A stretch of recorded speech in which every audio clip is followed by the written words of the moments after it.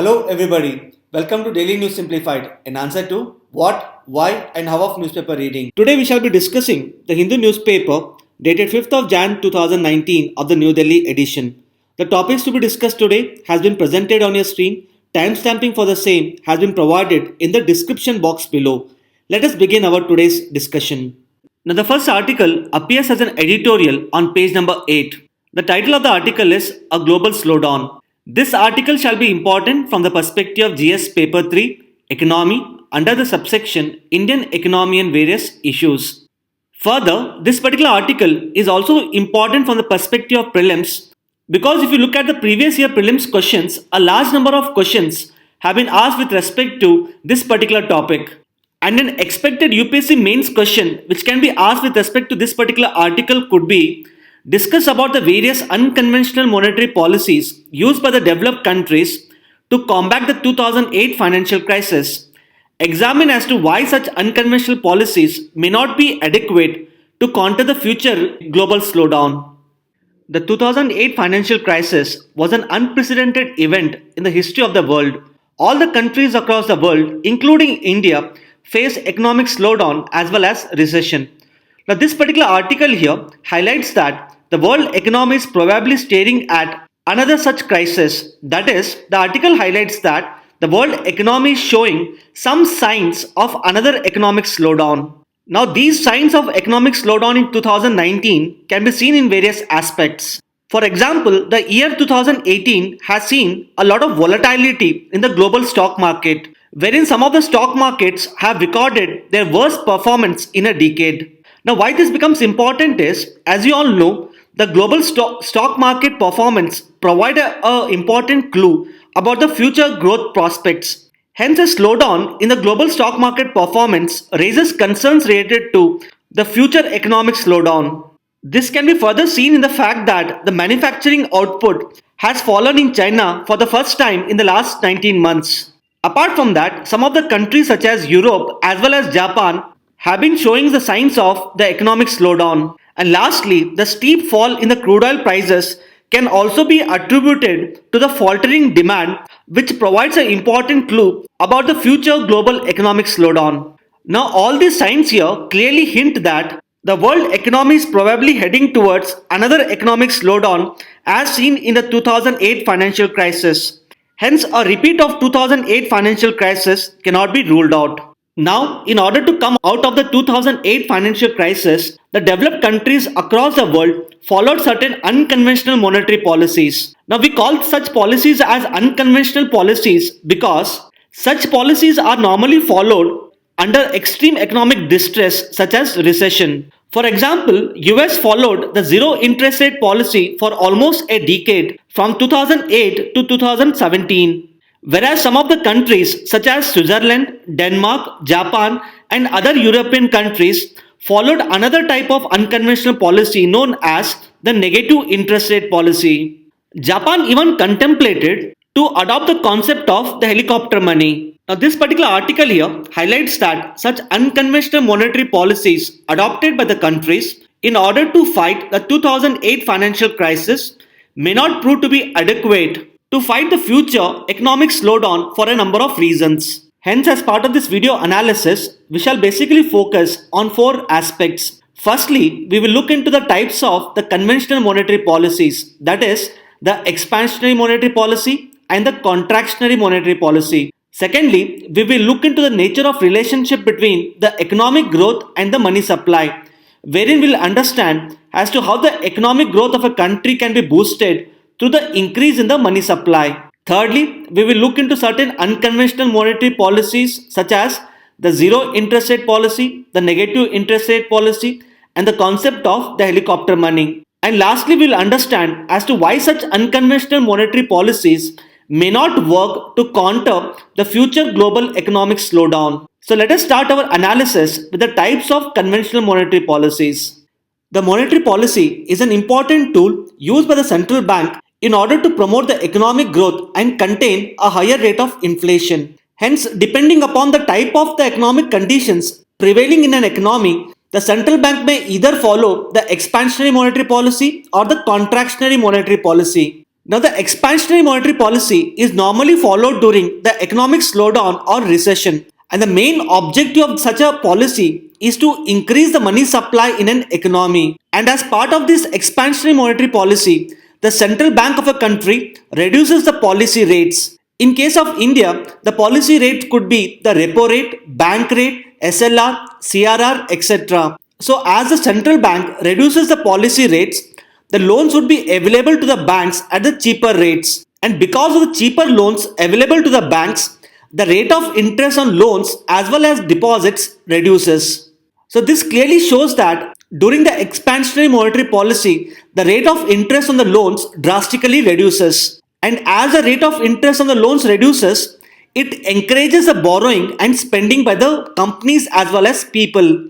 And as people borrow more amount of money from the banks, the demand in an economy increases, leading to increase in the production of goods as well as employment. And more importantly, since the loans would be available at a cheaper rate, it encourages the borrowing by the companies, leading to an increase in the overall investment in an economy. So during economic slowdown or a recession, the central bank of a country follows the expansionary monetary policy in order to improve the investment, leading to increase in the GDP growth rate. Hence, this clearly shows a link between a rate of interest on the loans and the investment, wherein as the rate of interest on the loans reduces, the investment rate in a country increases. Now coming to the contractionary monetary policy, this particular policy is normally followed when a country is facing a higher rate of inflation. And as you know, the rate of inflation can increase on account of the increase in the money supply. Hence, in order to control the inflation, the central bank has to reduce the money supply in the economy. So as part of the contractionary monetary policy, the central bank of a country increases the policy rates. So as the policy rates increases, the loans would be available to the banks at a higher rate of interest. And accordingly, the rate of interest on the loans as well as deposits increases. So as the rate of interest on the loans increases, the people as well as companies would be less inclined to take loans from the banks. Similarly, as the rate of interest on the deposits increase, people would be inclined to deposit more amount of money with the banks, leading to lesser amount of loans and higher deposits in the economy. Because of which the demand in an economy reduces, and this decrease in the demand controls the rate of inflation. So what we can understand from the expansionary and contractionary monetary policy is that the expansionary monetary policy is followed during the economic slowdown, and the contractionary monetary policy is followed when a country is facing a higher rate of inflation. Let us now understand the nature of relationship between the money supply and the economic growth of a country, particularly during the recession. Now, what exactly happens under the recession is that the demand for goods and services reduces. Hence, in order to boost the demand for goods and services, as we have discussed, the rate of interest on the loans has to be reduced. That means the central bank of a country has to pursue the expansionary monetary policy. So as the rate of interest on the loans reduces, people would be inclined to take more number of loans. Similarly, even the companies would be inclined to take more number of loans. So as the people take more number of loans, the consumer demand in a country increases. Because of this, the investment demand also increases. Similarly, as the companies take more amount of loans, the investment in the economy increases. And this increase in the investment leads to increase in the production as well as employment, leading to a overall economic growth. Hence, if a country has to come out of recession, a country has to reduce its rate of interest on the loans. So having understood this particular concept, let us understand the unconventional monetary policies pursued by the developed countries during the 2008 financial crisis.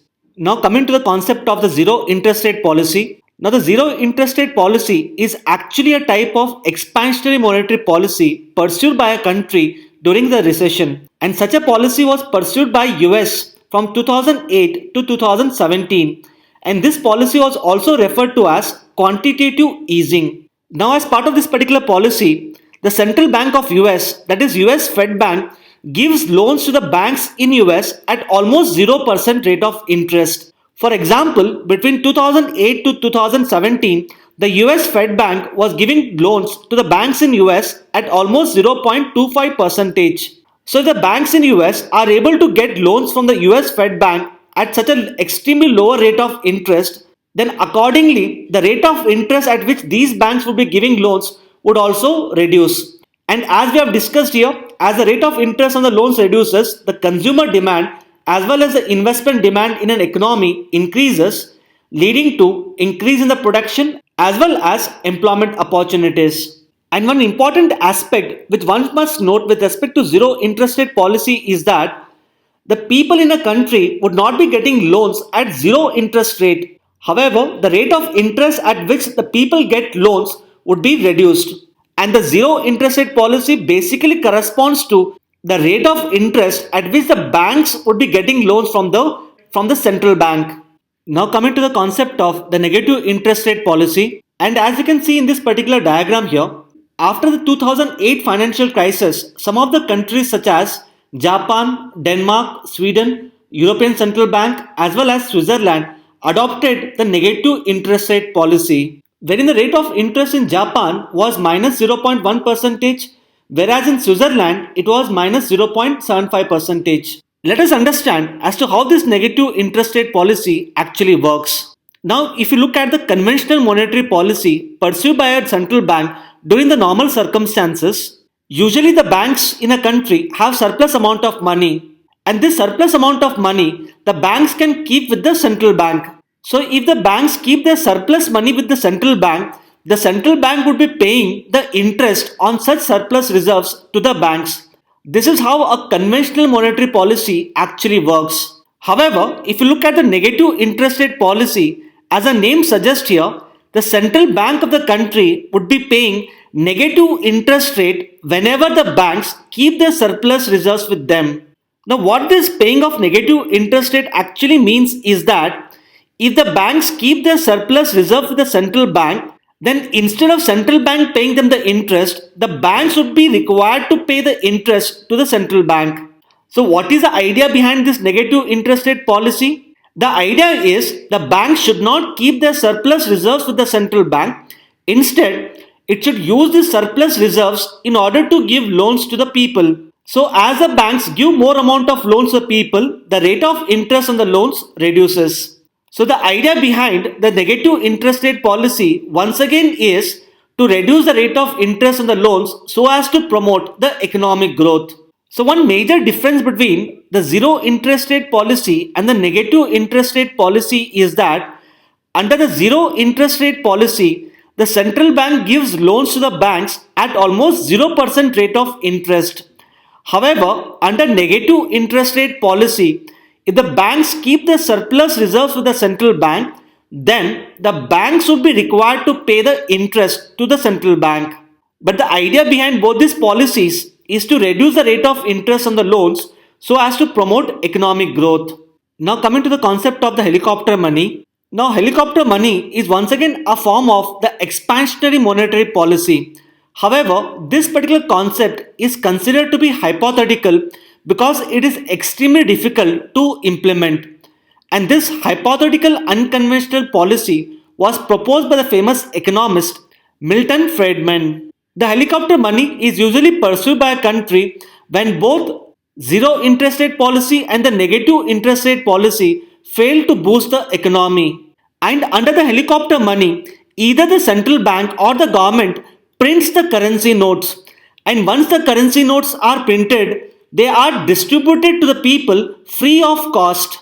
So how is this concept of helicopter money different from the negative interest rate and zero interest rate policy? Now under the negative interest rate and the zero interest rate policy, people get loans at extremely cheaper rate. However, the people would still be required to repay back the loans. Hence, under the negative interest rate and the zero interest rate policy, there is an increase in the overall debt liability of the people.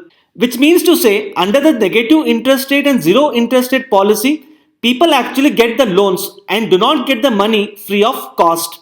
However, if you look at the helicopter money, here the people get money free of cost. And the idea here is that if people are able to get the money free of cost, automatically the demand in an economy increases, leading to a boost in the economic growth.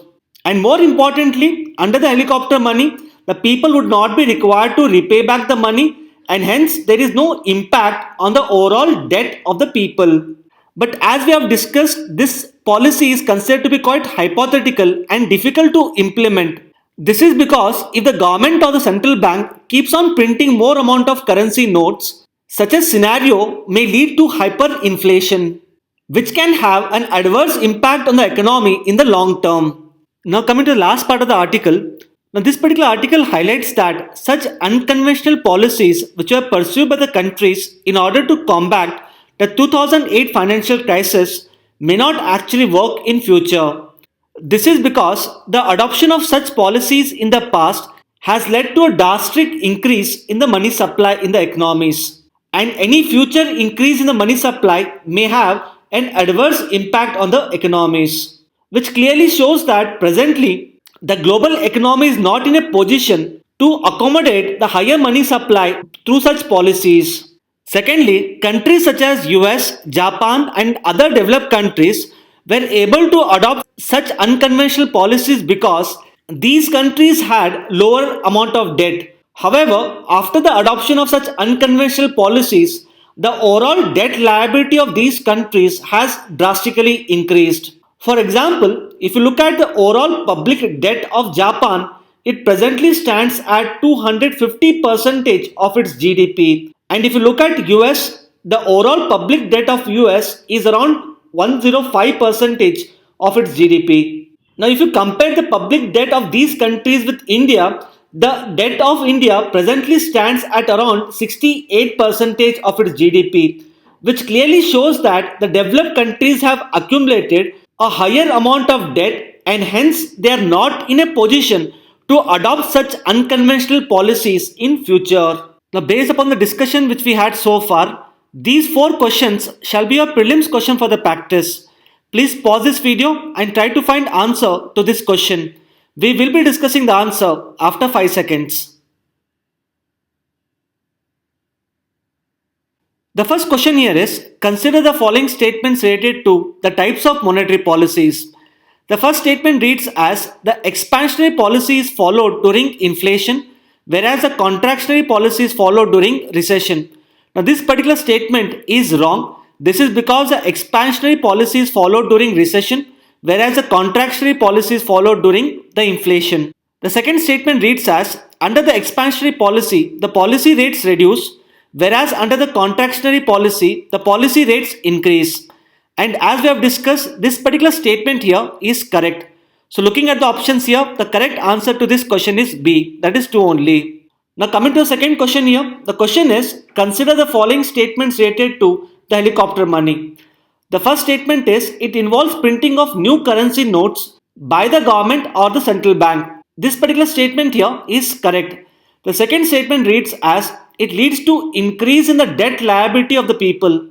Now this particular statement is wrong. This is because under the helicopter money, the people are given money free of cost and it does not lead to increase in the debt liability. So looking at the options here, the correct answer to this question is A. Now coming to the third question, the question is, consider the following statements related to the zero interest rate policy. The first statement is, it involves giving of loans to the borrowers at zero interest rate.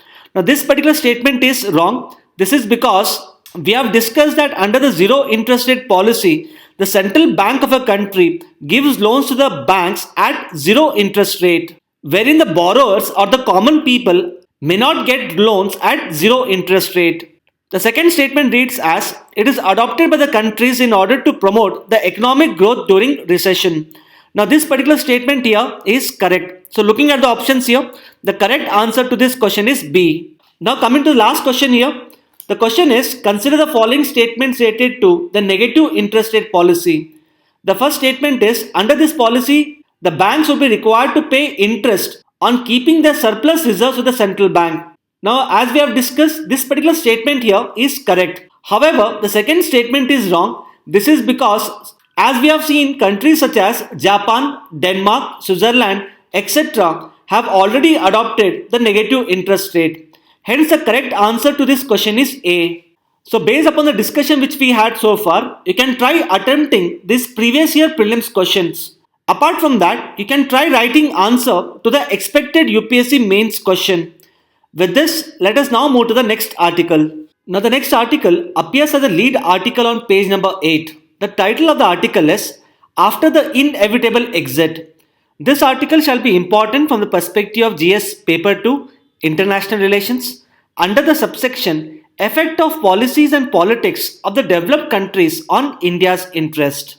Further, this particular article is also important because in UPSC Mains 2013, a related question has already been asked. Unlike in the past, the United States of America, under the presidency of Mr. Donald Trump, has been showing reluctance to involve in various military conflicts across the world.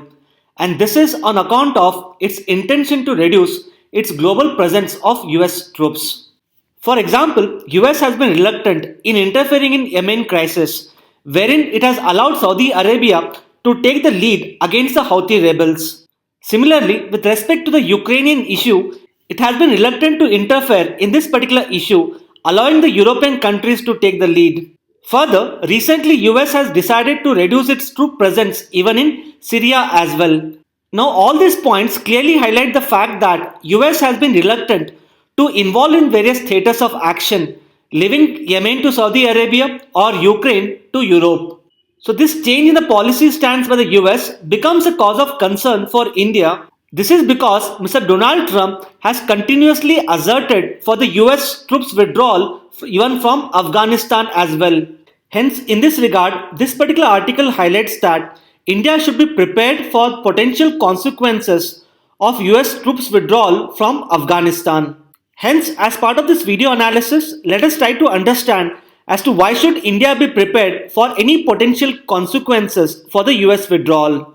Now, with respect to Afghanistan, the US President Mr. Donald Trump has called for various regional players such as Russia, India and Pakistan to be more involved in stabilizing the security situation. In this regard, it is to be noted that Russia recently initiated the Moscow format, which basically involves the talks with the Taliban to find a lasting solution to the Afghan problem. So this clearly shows that US has allowed other countries such as Russia to take the lead for solving the Afghan problem. Secondly, if you look at the primary objective of the US involvement in Afghanistan, it was basically twofold. Firstly, US wanted to avenge 9/11 attacks through the removal of the Taliban government. And secondly, US wanted to kill Osama bin Laden, who was considered to be one of the security threat to US interest. And as you can clearly see here, both these primary objectives of the US involvement in Afghanistan have been completed. And hence the author of this particular article mentions that there is no compelling reason for US to continue in Afghanistan. Thirdly, this particular article here highlights that there is a dilution in the current mission of US in Afghanistan, wherein according to US, the current stated mission of US involvement in Afghanistan is for containment of Taliban. However, what exactly US is doing currently is that it has proposed talks with Taliban, because of which Taliban has been gaining legitimacy in the Afghan politics. Hence, the US recent actions has gone against its current stated mission. And lastly, history has been testimony to the fact that whenever any world power has intervened in Afghanistan, most of the times the world power has to suffer a loss of prestige, troops as well as wealth. That is why Afghanistan is also regarded as the graveyard of empires. For example, when Britain intervened in Afghanistan way back in 19th century, Britain suffered a loss of wealth as well as troops. The same can be said about the Soviet Union intervention in Afghanistan in 1980s. So looking back at the history, interventions in Afghanistan has forced the world powers to retreat from Afghanistan without any sustained victory.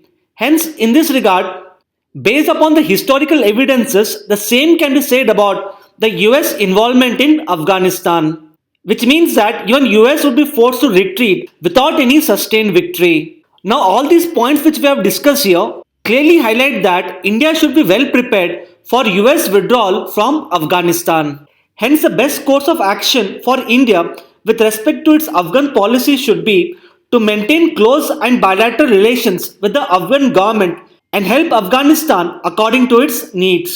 And this would ensure that India would enjoy the goodwill in Afghanistan for a long period of time. So, based upon the discussion which we had so far, this would be a mains question for your practice. The question is, based on the present US policy towards Afghanistan, India needs to be well prepared for the potential consequences of the withdrawal of US troops from Afghanistan. Discuss. Now you can try writing answer to this particular question based upon our discussion. With this, let us now move to the next article. Now the next article appears on page number 10. The title of the article is China tests its mother of all bombs. This article shall be important from the perspective of prelims under the subsection Current Events of International Importance. The mother of all bombs was actually first developed by US in the year 2002. Now, as the title of this particular article suggests here, China has tested its own mother of all bombs. Hence, from the prelims perspective, one should be required to know certain basic details related to the mother of all bombs. The mother of all bombs is actually a conventional bomb. Now, conventional bomb means it is a non-nuclear bomb, and this bomb can be guided by using the GPS. And the mother of all the bombs are also referred to as the thermobaric bombs. Now, how these bombs are different from other conventional bombs? The mother of all bombs, as the name suggests, they release huge amount of energy and are capable of causing heavy destruction.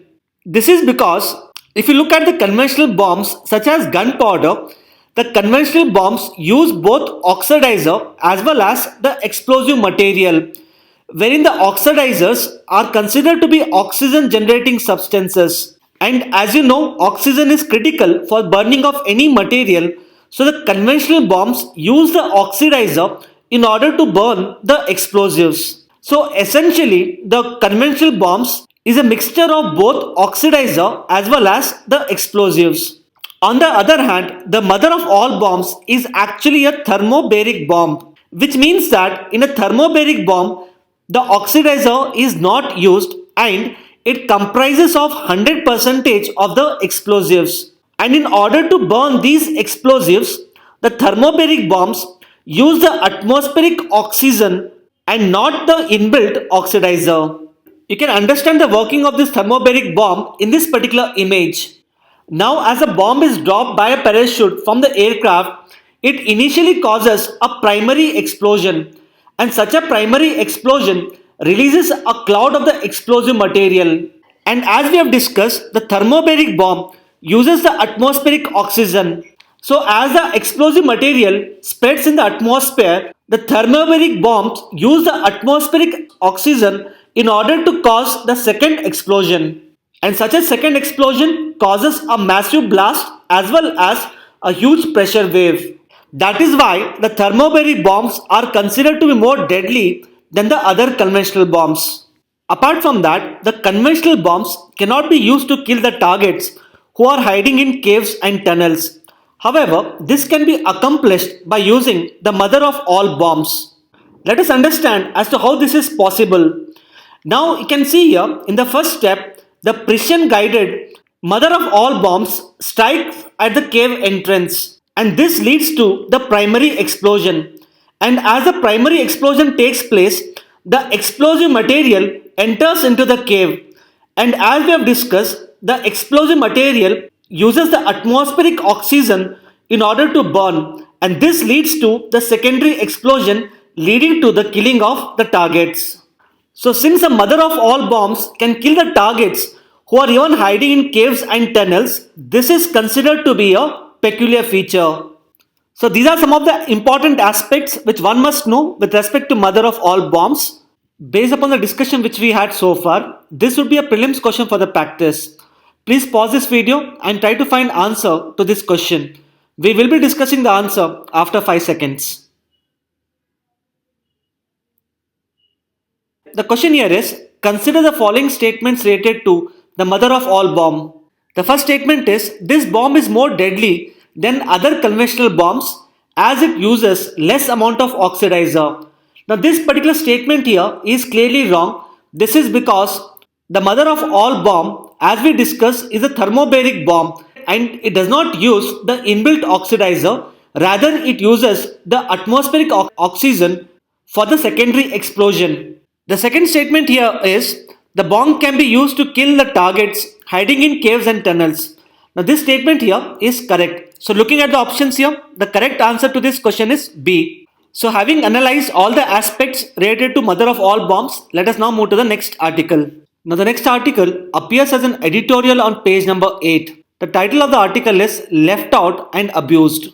This article shall be important from the perspective of GS Paper 2, Governance, under the subsection Government Policies and Interventions. Now this particular article has appeared in the newspaper because under the Juvenile Justice, Care and Protection of Children Act, the Government of India has set up child shelter homes in order to provide for the care and protection of the children. However, the child shelter homes in India have been in news for wrong reasons such as the sexual exploitation of the girls, poor infrastructure, as well as mismanagement of the child shelter homes. In this regard, recently the central government had appointed a committee to report on the management of the child shelter homes. Now, under the Juvenile Justice Act, all the child shelter homes which are run by non-governmental organizations, that is NGOs, should have to be compulsorily registered. However, this particular committee has found out that only 32% of the child shelter homes run by NGOs are registered. Hence, the remaining 68% of the child shelter homes which are run by NGOs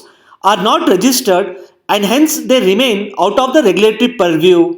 Further, most of the child shelter homes do not have proper infrastructure such as toilets, they do not have proper bedding, and the quality of food being provided to the children is quite poor. And this particular committee has also highlighted that the authorities have so far neglected the management of the child shelter homes, wherein the authorities have not carried out a proper scrutiny and the inspection of the child shelter homes. In this regard, this particular government committee has given certain recommendations.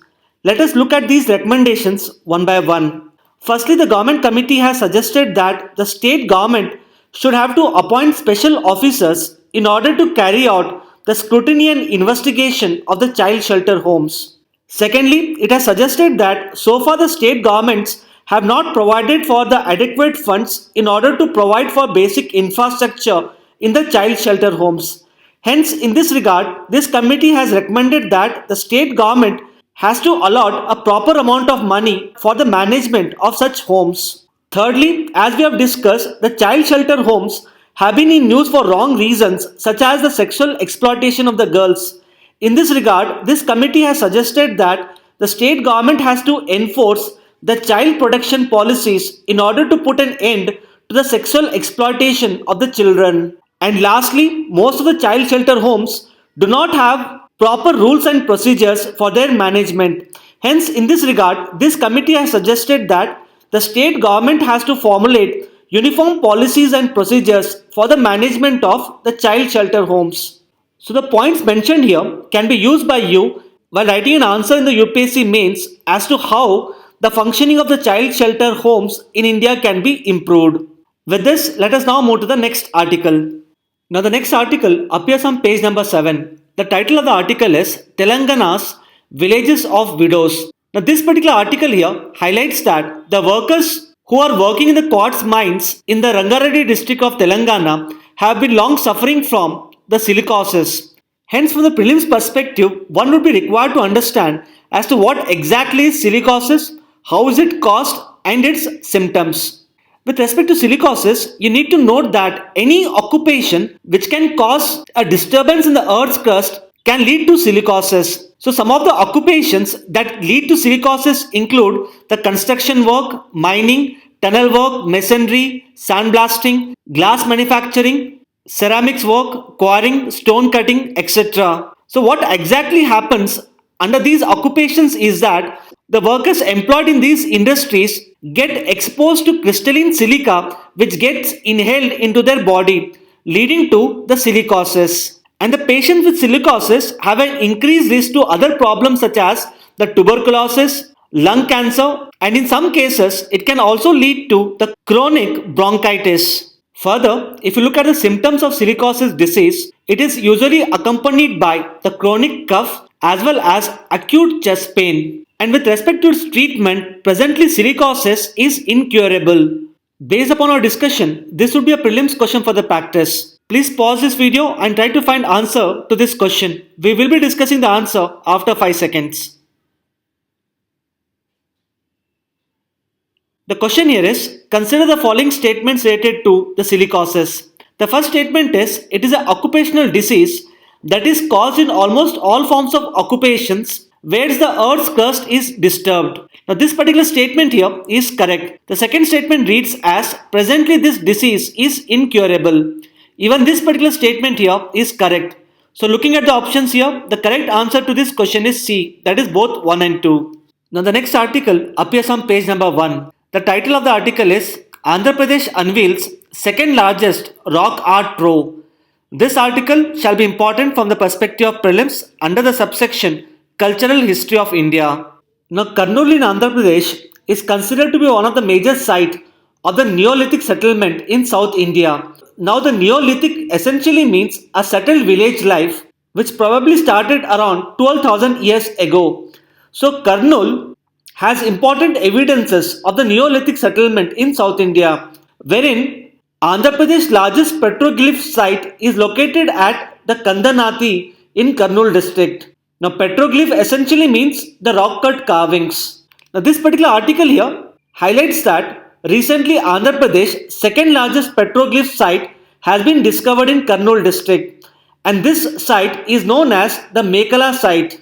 Now in the Mekala petroglyph site, one can come across the rod cut carvings from the Neolithic age to that of the megalithic period. And the rock cut carvings here basically contain the images of bulls or bull riding or the human figures. Apart from that, the researchers have also collected stone axes from this particular site. And the significance of this particular discovery is that the stone axes collected by the researchers are similar to the ones used by the Gollas living in the present day Andhra Pradesh. So the significance of this particular discovery lies in the fact that it suggests a link between the Neolithic pastoralist and the present day Golla members.